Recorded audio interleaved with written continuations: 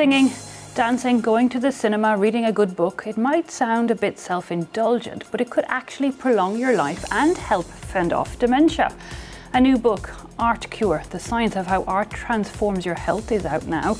Written by a professor of psychobiology at the University College London, it says creative activities reduce and even prevent depression, that they build up our cognitive reserve and tell us how just half an hour a week of art could improve our health. Its author Daisy Fancourt joins us now. Thanks so much for your time. Can I start by simply asking you, tell us the science bit. I mean, what do the arts do then to our brains and our bodies? This book is really covering an incredible body of randomized control trials and scientific experiments that help to show that when we engage in the arts, it activates pleasure and reward networks in our brain, boosting levels of dopamine. It reduces levels of stress hormones like cortisol in our bodies. It even reduces levels of inflammation in our immune system, which is linked to our mental and physical health, and even affects patterns of gene expression in our DNA, helping us to stay biologically younger. Is it any form of art then? I mean, you know, watching telly, does that count if I'm watching a program on TV that I enjoy? Television is actually one of the art forms where we see more mixed results, but that's not so much because of the art, but because of the screen-based nature, which we know is more challenging for our brains to process. But actually across the book, I show that there are benefits from all different kinds of art forms, from going to galleries or music events, to taking part in arts and crafts, reading for pleasure, listening to music. How much then of art? I read that we need only a half an hour a week to see actual improvements in our health.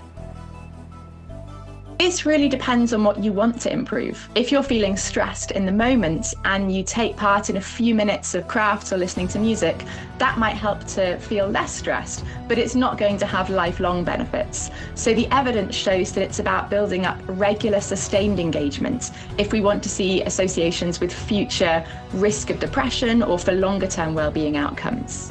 Because you talk about that, you talk about depression, dementia, that cognitive build-up and gene expression. So do the arts actually physically change our brains then? They actually do. There's evidence from young infants showing that if we sing with babies and we do music with young children, it actually helps to develop neural architecture in the brain, actually altering the size and functioning of different brain regions. And we see this as well in the scientific studies showing that older adults who engage more with the arts have better brain plasticity and actually have better cognitive reserve, better resilience against dementia. Okay, now I've understood it's better to go out and be more directly in touch with the art rather than being behind a screen, but you also point out nuances as well as to how we engage with art. Like a book, we shouldn't make a book too difficult, if you like, to read. Explain that to me a bit more. The concept here is that if it's art that we have absolutely no frame of reference for, we're going to find it much harder to process it. That's why some people find that modern art galleries, they're not quite sure what they're looking for. But if we choose art forms where we already have some sense of what to expect, then it helps our brains to know what to predict when we're enjoying it. And prediction of things like predicting when a chorus will come back in a song or predicting what's likely to happen next in a story, that actually helps with the release of dopamine. Even if we get it wrong in our predictions, being able to make predictions is what helps with our pleasure response.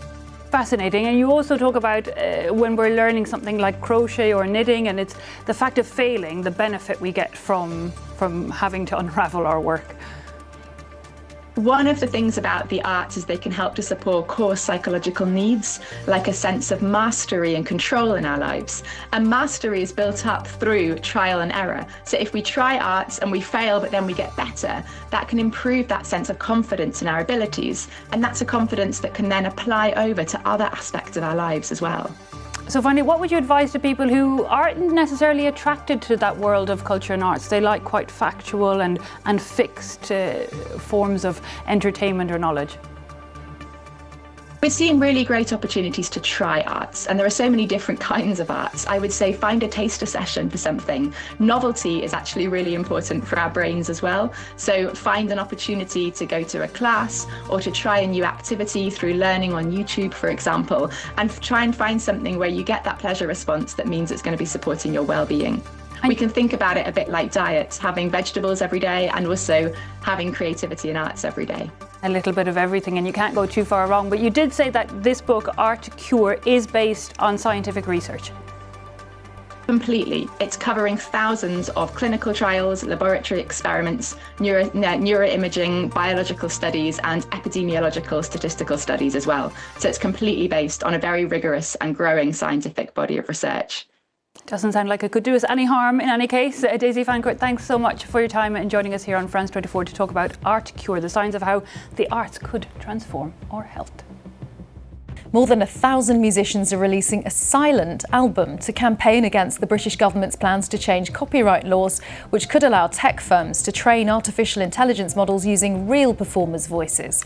Artists including Annie Lennox, Kate Bush and Andrew Lloyd Webber back the campaign. They say the changes would reverse the principle of copyright law.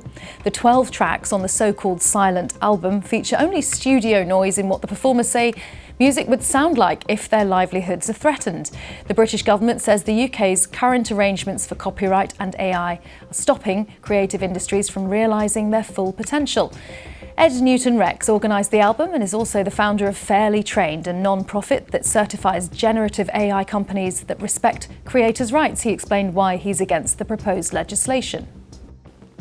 Well, the problem is that the government has outlined a proposal on how to change copyright law to benefit AI companies.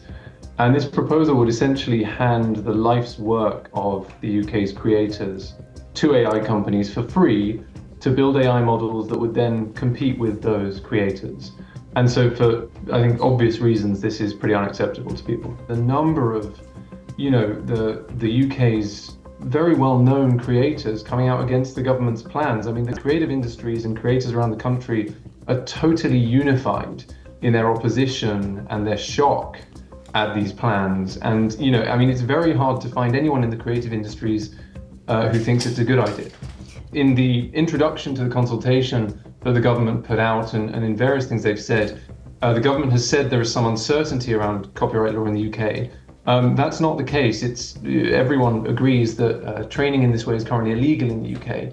So really all that's required to protect creators is the government enforcing existing copyright law. The EU AI Act has introduced transparency requirements. They're very easy to implement because ultimately AI companies keep records of, I've worked at AI companies, right? They keep records of what they train on. You have to, otherwise you can't improve your models.